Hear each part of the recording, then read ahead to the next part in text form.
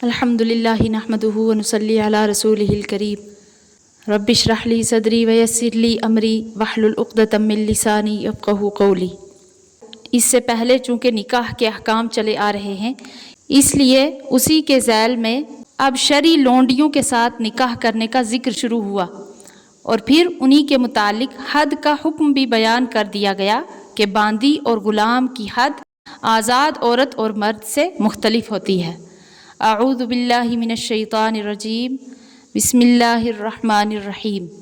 ومن لم یستطع منکم طولا، اور جو کوئی نہ رکھے تم میں طاقت، ان ینکح المحصنات المؤمنات، کہ نکاح میں لائے مسلمان بیویاں، فمما ملکت ایمانکم من فتیاتکم المؤمنات، تو نکاح کر لے ان سے جو تمہارے ہاتھ مال ہیں، جو کہ تمہارے آپس کی لونڈیاں ہیں مسلمان۔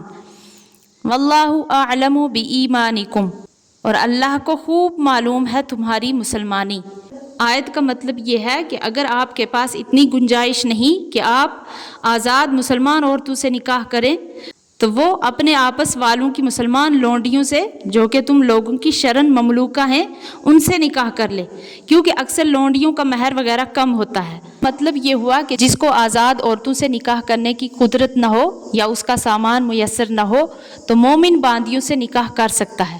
تو اس سے پتہ چلا کہ جہاں تک ممکن ہو آزاد عورت ہی سے نکاح کرنا چاہیے، باندی سے نکاح نہ کرے، اور اگر باندی سے نکاح کرنا پڑ ہی جائے تو مومن باندی تلاش کرے۔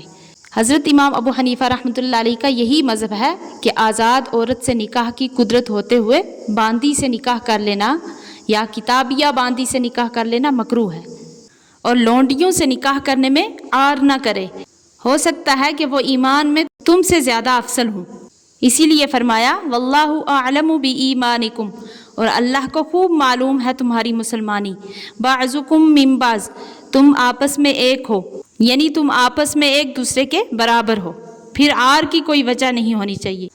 فانکحوہن باذن اہلہن، تو پس پھر ان سے نکاح کرو ان کے مالکوں کی اجازت سے۔ وآتوہن اجورہن، اور دو ان کے مہر، بالمعروف، موافق دستور کے۔ محصنات، قید میں آنے والیاں ہوں، غیر مصافحات، نہ کہ مستی نکالنے والیاں ہوں، ولا متخذات اخدان، اور نہ چھپی دوستی کرنے والیاں ہوں۔ تو آیت میں جو فرمایا فانکحوہن باذن اہلہن، یعنی باندیوں سے نکاح ان کے مالکوں کی اجازت سے کرو۔ اگر وہ اجازت نہ دے تو باندیوں کا نکاح صحیح نہیں ہوگا، اس لیے کہ باندی کو خود اپنے نفس پر ولایت حاصل نہیں ہوتی۔ یہی حکم غلام کا بھی ہے کہ وہ اپنے آقا کی اجازت کے بغیر نکاح نہیں کر سکتا۔ پھر فرمایا کہ باندیوں سے نکاح کرو تو ان کے مہر خوبی کے ساتھ ادا کر دو، یعنی ٹال مٹول نہ کرو اور پورا ادا کر دو، باندی سمجھ کر اس بارے میں تکلیف نہ دو۔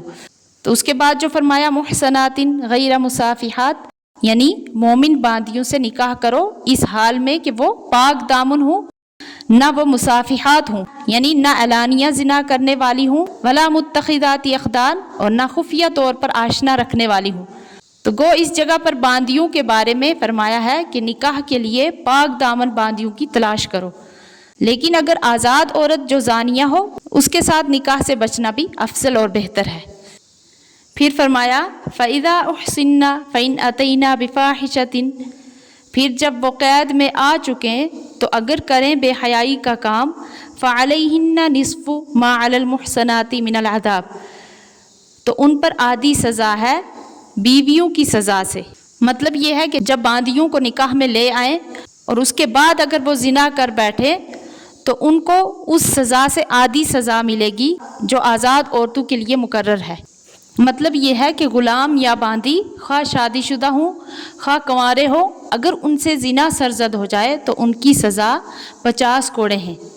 یہ چاروں اماموں کا مذہب ہے۔ ذَلِكَ لِمَنْ خَشِيَ الْعَنَتَ مِنْكُمْ، یہ اس کے لیے ہے جو کوئی تم میں ڈرے تکلیف میں پڑنے سے، یعنی باندیوں سے نکاح کرنے کی اجازت اس شخص کے لیے ہے جس کو زنا میں پڑ جانے کا اندیشہ ہو۔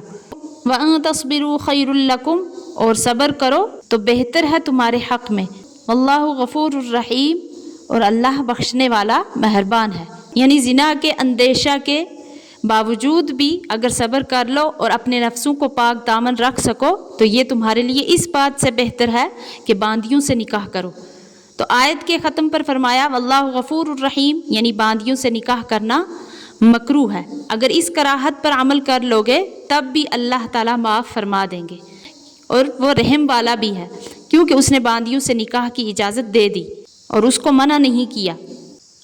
تو یہاں آیت کی تفسیر میں جو غلام اور باندی کا ذکر آیا ہے ان سے شرعی غلام اور باندی مراد ہیں، جو کافر مرد عورت جہاد کے موقع پر قید کر لیے جاتے تھے اور امیر المومنین ان کو مجاہدین میں تقسیم کر دیتا تھا۔ یہ قیدی غلام باندی بن جاتے تھے، پھر ان کی نسل بھی غلام رہتی تھی۔ تو جب سے مسلمانوں نے شرعی طور پر جہاد کرنا چھوڑ دیا ہے اور اپنے جہاد اور صلح و جنگ کا مدار دشمنان دین کے اشاروں پر رکھ دیا ہے اور غیر شرعی اصولوں کے پابند ہو گئے ہیں، اس وقت سے غلام اور باندی سے بھی محروم ہو گئے۔ تو موجودہ نوکر چاکر اور گھروں میں کام کرنے والی نوکرانیاں غلام اور باندی نہیں ہیں۔ جیسے بعض علاقوں میں بچوں کو بیچ دیتے ہیں اور غلام بنا لیتے ہیں، یہ سراسر حرام ہے، اور ایسا کرنے سے یہ غلام باندی نہیں بن جاتے۔ اللہ تعالیٰ صحیح سمجھنے کی توفیق عطا فرمائے، آمین۔